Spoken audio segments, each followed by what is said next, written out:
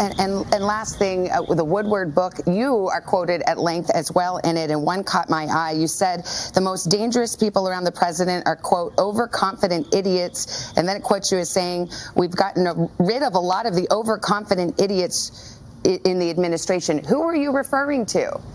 Yeah, so he actually mischaracterizes who I was referring to. Obviously, the people that we had, some people from the campaign who were in there who were obviously always trying to tell the president with confidence without the real facts. Look, when we got to Washington, President Trump had never done this before, and I think it took him a while to figure out who are the right people that he wanted to have around him in his administration. But I think over time, he's really figured out who was with him, who was really not on his agenda, and he's been able to use his agenda to help the American people. So President Trump not referring to, you were. I just want to be clear because you just said Woodward says you were referring to General Mattis, Tillerson, and Gary Cohen, an economic advisor. You're saying that's not who you meant. No, that wasn't clear. And again, he's got tapes of everything. I have tapes of everything. So that was never implied in that regard. But what I will say is that President Trump now has phenomenal people around him, people who agree with his agenda. Well, I want to ask about Jared Kushner, the president's son-in-law. Sure. He's been one of the leaders of the government's response to the pandemic. And you have some interesting reporting, not only about how Kushner has viewed the presidency and the pandemic, but about how others have viewed Kushner's work.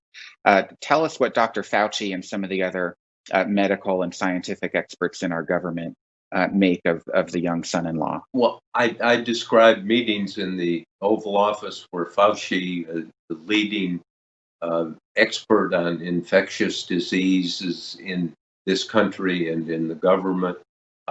And whenever he would challenge the president, Kushner and some others in the room were, they'd stiffen. You can't talk to the president like that. Very defensive, erected a wall around the president.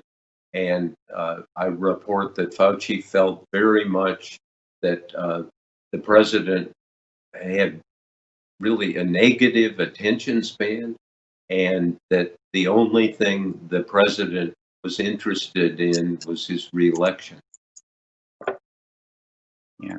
Bob, you quote in the book Jared Kushner as saying that, and I quote, that the most dangerous people around the president are the overconfident idiots.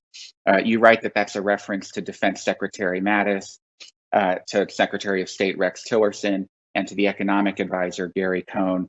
Jared was on the Today Show this morning and accused you of mischaracterizing his comment, saying he was not referring to those three individuals.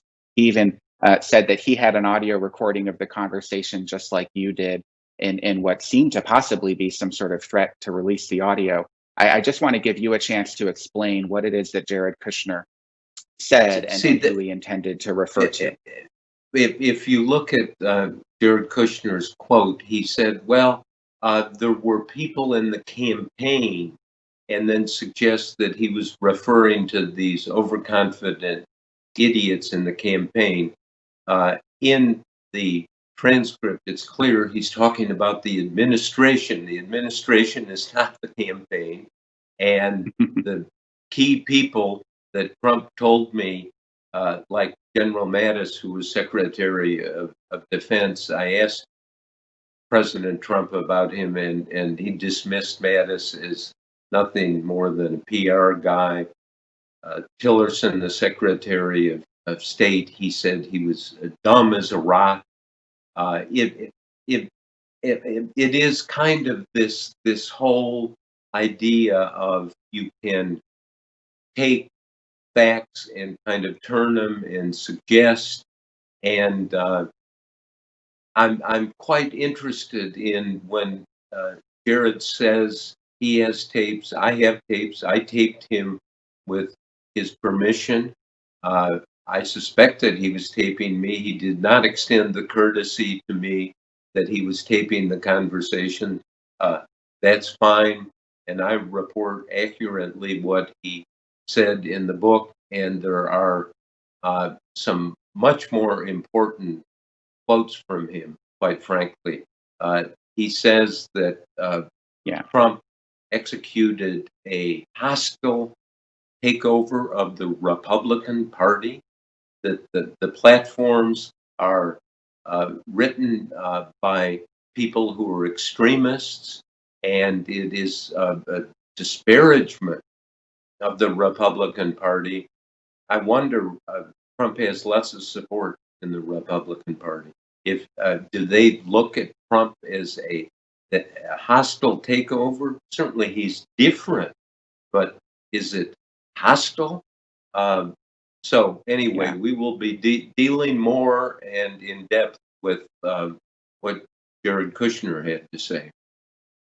Yeah, and one other thing that was really striking in reading Rage from Kushner is that in June, as the coronavirus was spreading pretty wildly across the Southwest, the Sun Belt, Texas, Florida, elsewhere, Jared said that it was important, strategically important, to get the president's head away from governing and focused on campaigning.